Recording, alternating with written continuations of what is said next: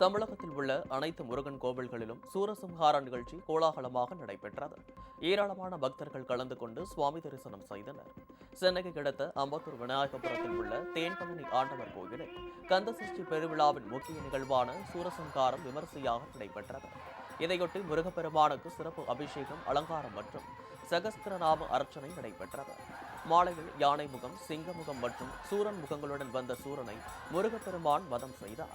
ஏராளமான பக்தர்கள் கலந்து கொண்டு வழிபட்டனர்.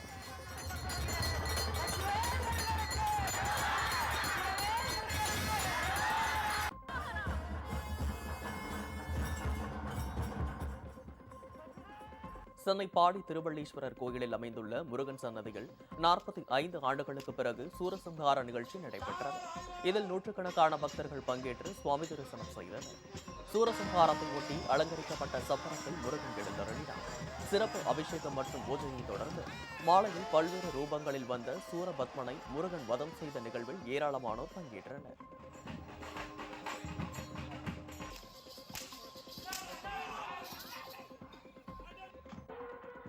கும்பகோணம் அருகே சுவாமிமலை அருள்மிகு சுவாமிநாத சுவாமி திருக்கோவிலில் சூரசம்ஹாரத்தை முன்னிட்டு முருகப்பெருமான் ஆட்டுக்கிடா வாகனத்தில் வந்து சூரபத்மனை வதம் செய்தார். இதில் ஏராளமான மக்கள் கலந்து கொண்டு சுவாமி தரிசனம் செய்தனர்.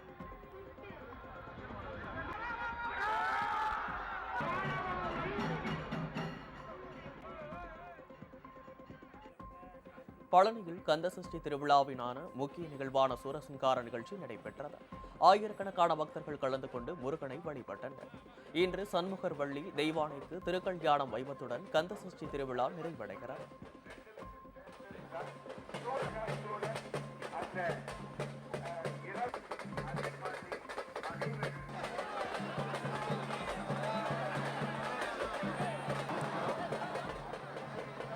பொள்ளாச்சியில் நடைபெற்ற சூரசம்ஹார விழாவில் சுப்பிரமணிய சுவாமி சூரனை வதம் செய்தார். இதனை கொட்டுமலையிலும் பக்தர் அரோகரா கோஷம் முழங்க வழிபட்டனர்.